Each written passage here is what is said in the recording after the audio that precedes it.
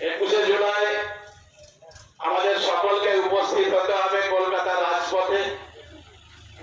প্রতি বছরের ন্যায় এবছর আমরা সকলে যাব। আমি সর্বস্তরের ব্যক্তিত্বদের আহ্বান করব, এজন্যই আহ্বান করব কারণ 21শে জুলাই শুধু কোনো একটি নির্দিষ্ট ব্যক্তির আন্দোলন নয়। এই আন্দোলন নেত্রী মমতা বন্দ্যোপাধ্যায় সংগঠিত করেছিলেন, কিন্তু এর ফল কিন্তু আমরা ভারতবর্ষের সকলে পাচ্ছি। তাই সর্বস্তরের মানুষকে কোন রং দেখে নয়, সর্বস্তরের সাধারণ মানুষকে আহ্বান করবো 21শে জুলাই কলকাতায় আসার জন্য। কারণ সেদিন যদি নেত্রী মমতা বন্দ্যোপাধ্যায় আন্দোলন সংগঠিত না করতেন, হয়তো আজকের দিনে আমাদের হাতে ভোটার কার্ডটা হয়তো আসতো না। তৎকালীন বামফ্রন্ট সরকারদের বছরের পর বছর প্রত্যেকটা ভোটে যে ভোট লুট করতেন এবং লুটের যে টেন্ডেন্সি, সেই ভোট লুট করে ক্ষমতায় থাকার যে প্রবণতা এবং ক্ষমতায় থেকে সাধারণ মানুষের উপর যে অত্যাচার, বছরের পর বছর খুন, ধর্ষণ, রাহাজানি থেকে শুরু করে লুটপাট থেকে শুরু করে সাধারণ মানুষের উপর বুলডোজার চালানো থেকে শুরু করে নির্মম অত্যাচার চালাতো তৎকালীন বামফ্রন্ট সরকার। নেত্রী মমতা বন্দ্যোপাধ্যায় সেদিন নেতৃত্ব দিয়েছিলেন যে পরিচয়পত্র ছাড়া ভোট দেওয়া যাবে না, এবং সেই আন্দোলনে 13 জন শহীদ হয়েছিলেন।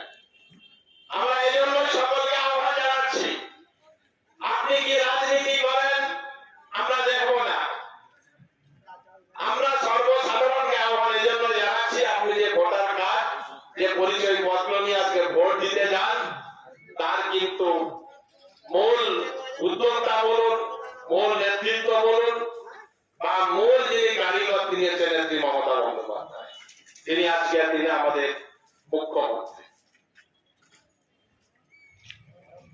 এটা তো গেল 21শে জুলাইয়ের ঘটনা, আমরা সকলে উপস্থিত হব। কিন্তু এবছর 21শে জুলাইয়ের তাৎপর্য অন্য ধরনের, কারণ আমরা বাঙালিরা আমাদের অস্তিত্ব সংকটে করে দিচ্ছে বিজেপি সরকার, কেন্দ্রে যারা বসে আছে। পশ্চিমবঙ্গকে প্রত্যেকটা দিক থেকে কলুষিত করছে, প্রতিনিয়ত কুৎসা, প্রতিনিয়ত সমালোচনা, সরকারের কুৎসা, নেতা নেতৃত্বের কুৎসা ছাড়া এই বিজেপির মিডিয়া আর বিজেপি নেতাদের অন্য কোনো কাজ নেই। আপনারা দেখছেন গদ্দার অধিকারী কি করছে, খেটে খাওয়া মানুষের 100 দিনের মানুষের টাকা বন্ধ করে দিয়েছিল গদ্দার অধিকারী, আবাস যোজনার টাকা বন্ধ করে দিয়েছিল গদ্দার অধিকারী। কেন করছে এগুলো? যেহেতু 2021 নির্বাচনে বিজেপি পরাস্ত হয়েছে, প্রতিহিংসা পরায়ণ রাজনীতি করছে এরা। মানুষ তার উত্তর 2024-এ দিয়ে দিয়েছে লোকসভা নির্বাচনের পদ্ধতি। বিজেপির আসন সংখ্যা ছিল 18, গদ্দার অধিকারী বিজেপিতে যাওয়ার ফলে আসন সংখ্যা দাঁড়িয়েছে 12, 18 থেকে 12। আমাদের কাছে লক্ষ্মী হলো গদ্দার অধিকারী। উনি যতদিন থাকবেন বিজেপিতে আমাদের জন্য মঙ্গল। এই আশা আরো কমবে আগামীতে। সাধারণ মানুষের কথা না ভেবে এরা সবসময় নিজেদের স্বার্থের কথা ভাবে।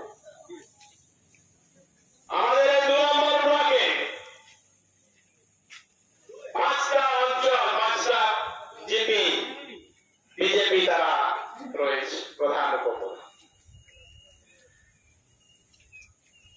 মানুষ যে রায় দিয়েছে আমরা মাথা পেতে নিয়েছি, কিন্তু একদিক থেকে ভালো হয়েছে, মানুষ উপলব্ধি করতে পারছে, কম্পেয়ার করতে পারছে যে তৃণমূল সরকার যখন ছিল এই ব্লকে, এখন বিজেপি আছে এই ব্লকে, তারা ব্লক চালাচ্ছে, পঞ্চায়েত সমিতি চালাচ্ছে।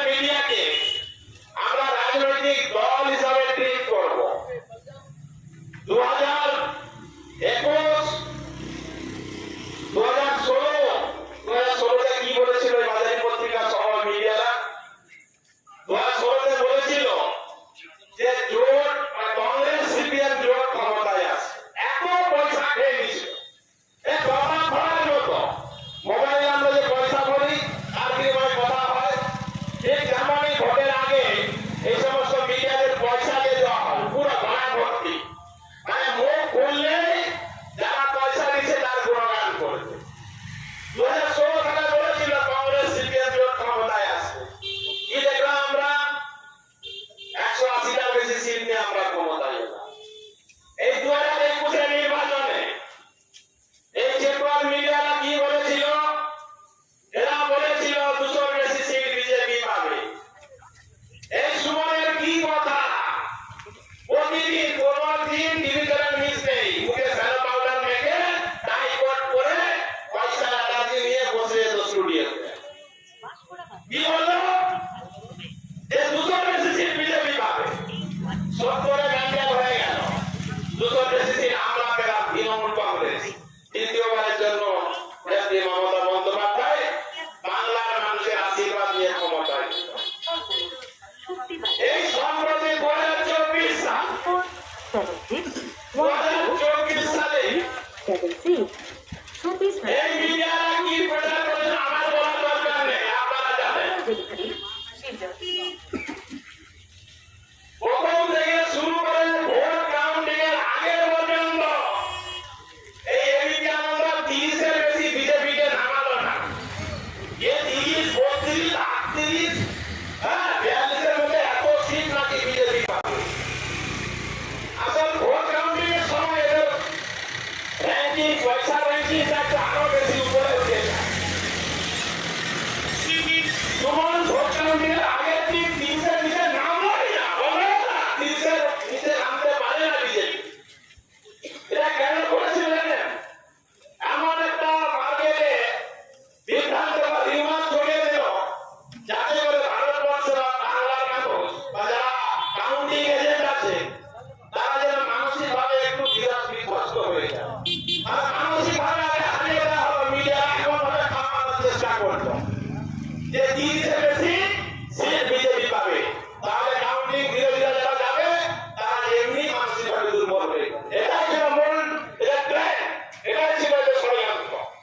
মিডিয়া ষড়যন্ত্র বাংলার মানুষ করে নিয়েছে। আমাদের নেতা অভিষেক বন্দ্যোপাধ্যায় তার একদিন আগে আমাদের ভিডিও কনফারেন্সের মধ্যে জানিয়ে দিয়েছিল এরকম একটা ষড়যন্ত্র চলছে। ফলে মানুষ আরো সতর্ক হয়ে গেছে। আমাদের নেতা নেতৃত্ব অনেক বেশি সতর্ক ছিলেন। ভোট কাউন্টিং হলো, কি দেখলাম আমরা? বিজেপি যে 18টা ছিল 18 ধরে রাখতে পারেনি, 12ই নেমে গেল। তাহলে কি দাঁড়ালো মিডিয়ার ভূমিকা এখানে? এরা দিনকে রাত করে, রাতকে দিন করে পয়সার বিনিময়ে। 2021, 2024 হাতাহাতি পত্র একসঙ্গে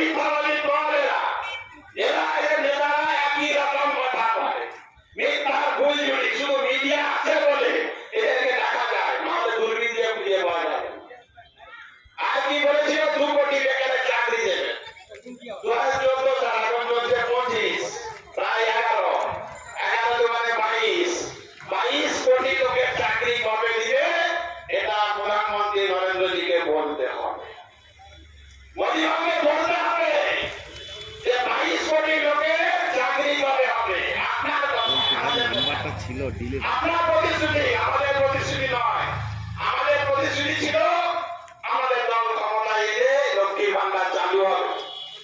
মুখ্যমন্ত্রী মমতা বন্দ্যোপাধ্যায় লক্ষ্মীর ভান্ডার চালু করেছে। আমাদের দল ক্ষমতায় এলে লক্ষ্মীর ভান্ডারে টাকা বাড়ানো হবে। মুখ্যমন্ত্রী মমতা বন্দ্যোপাধ্যায় টাকা বাড়িয়ে দিয়েছেন। 5 লক্ষ টাকা করে আমাদের ইন্স্যুরেন্স বীমা সেটাও চালু করেছেন প্রতিশ্রুতি অনুযায়ী। তাই বলবো, এই মিথ্যাবাদী দল এদের কথা আপনারা শুনবেন না। এরা কি করছে জানেন? এই যে আমাদের বাংলায় তো সমস্ত লোক কাজ পায় না, থাকে না সকলে, কিন্তু বেটার কাজ পাওয়ার জন্য অন্য রাজ্যে বা অন্য দেশে যায়। আরো ভালো সুযোগ যেখানে আছে সেখানে যায় তারা। সেটা যাদের ব্যক্তিগত গণতান্ত্রিক অধিকার রয়েছে, যে কোথায় থাকবে না থাকবে তার নিজস্ব ব্যাপার। কিন্তু আমাদের তো একটা নৈতিক দায়িত্ব থাকে যে আমাদের বাংলার মানুষ এই পরিযায়ী শ্রমিক এই উত্তরপ্রদেশে দিল্লিতে আমাদের বন্দিখানে 14-15 জন মানুষকে আটক করেছিল দিল্লিতে। আমাদের জেলা প্রশাসনের সহযোগিতায়, রাজ্য প্রশাসনের সহযোগিতায় তাদেরকে আবার ফেরত নিয়ে আসা হয়েছে। প্রতিনিয়ত উড়িষ্যা, বিশেষ করে বিজেপি শাসিত রাজ্যগুলিতে এমন জায়গায় এমন টর্চার করা হচ্ছে বাঙালিদের উপর। আপনি যদি বাংলা কথা বলেন আপনাকে অ্যারেস্ট করে দিচ্ছে, আপনি যদি বাংলা কথা বলেন আপনাকে মামলা করছে। এই টেন্ডেন্সি আগে ছিল না। এই জন্য বলছি যে বাঙালিদের অস্তিত্ব সংকটে আছে। এই বিজেপি যারা সরকার চালায়, কেন্দ্রীয় সরকারে যারা লাটারা আছে, এরা প্রতি মুহূর্তে বাঙালিদের উপর প্রতিহিংসা করার রাজনীতি করছে। কিছু না হলে এর উত্তর পেয়ে যাবে 2026-এ উত্তর পাবে। আবার পরাস্ত হবে। গণতান্ত্রিকের লাশ ছিল এটা। ওকে রাঁচিতে গিয়ে ওই টুকটুকি বানাতে হবে, কিছু না হবে, ওখানে যেতে হবে। কদিন আগে কি বলছে গণতান্ত্রিক বলছে যে আপনারা কাশ্মীরে ঘুরতে যান কিন্তু জম্মুতে যান, আর কোথাও যাবেন।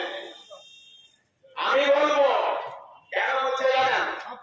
বলছে ওখানে জম্মু ছাড়া আর যে সমস্ত সংখ্যালঘু এলাকা আছে সেখানে গেলে নাকি বিপদ আছে, পর্যটকদের নাকি বিপদ আছে। গণতান্ত্রিকের বাড়ি কান্দিতে, ওর বাড়ির চারদিকে সংখ্যালঘু মানুষের বসবাস। আমরা বলতে চাই গণতান্ত্রিককে, আপনি গিয়ে জম্মুতে থাকুন। আপনার একমাত্র শীঘ্র জায়গা হচ্ছে জম্মু, কাঠিমা বাংলা আপনার জন্য নয়। আপনি জম্মু গিয়ে অবস্থান করুন। জম্মু থেকে শ্রীনগর প্রধানমন্ত্রী নরেন্দ্র মোদী, কেন্দ্রীয় সরকার রেল লাইন তৈরি করছে। গণতান্ত্রিক যেটা জানে না, পর্যটকদের জন্য জম্মু থেকে শ্রীনগর, শ্রীনগর থেকে জম্মু রেল লাইন তৈরি হয়েছে, যাতে করে মানুষ সেখানে পর্যটনে ঘুরতে যায়, বেড়াতে যায়, সৌন্দর্য আর উপভোগ করে। এ কি কথা বলে আর এর দল কি কথা বলে, কি পরিষেবা দিচ্ছে সেটাই এর সেন্স। কাণ্ড, জঙ্গিরা কোথায় ছিল, কোথা থেকে এলো আর কোথায় গেল, তার উত্তর আমরা আজ অব্দি পাই। কোন উত্তর দিতে পারেনি কেন্দ্রীয় সরকার, নরেন্দ্র মোদীজি কোন উত্তর দিতে পারেনি। প্রতিটা বিষয়টা ধোঁয়াশার মধ্যে, সরকারটা চলছে ধোঁয়াশা, সন্দেহজনক সরকার চলছে। প্রতি মুহূর্তে লুটপাট করে একটা নিজেদের মধ্যে কুটিগত করা সরকারটা ছিল, ঠিক একইভাবে আর আমাদের বাংলাকে শুধু বারবার চলিত করছে। বাংলার মানুষের জবাব দেবে আগামী। আমার বক্তব্য দীর্ঘায়িত করবো না, পরবর্তী বক্তারা বলবেন। সর্বস্তরের মানুষকে আগামী 21শে জুলাই কলকাতা রাজপথে যাওয়ার আহ্বান জানিয়ে আমি আমার বক্তব্য শেষ করছি। জয় হিন্দ, বন্দে মাতরম। নেত্রী মমতা বন্দ্যোপাধ্যায় জিন্দাবাদ, আমার প্রিয় নেতা অভিষেক বন্দ্যোপাধ্যায় জিন্দাবাদ, সর্বভারতীয় তৃণমূল কংগ্রেস জিন্দাবাদ, সর্বভারতীয় তৃণমূল যুব কংগ্রেস জিন্দাবাদ, আমাদের বিরোধী অঞ্চলের সকল মানুষ জিন্দাবাদ, নন্দীগ্রাম 2 নম্বর ব্লকের সমস্ত মানুষ জিন্দাবাদ। সকলে ভালো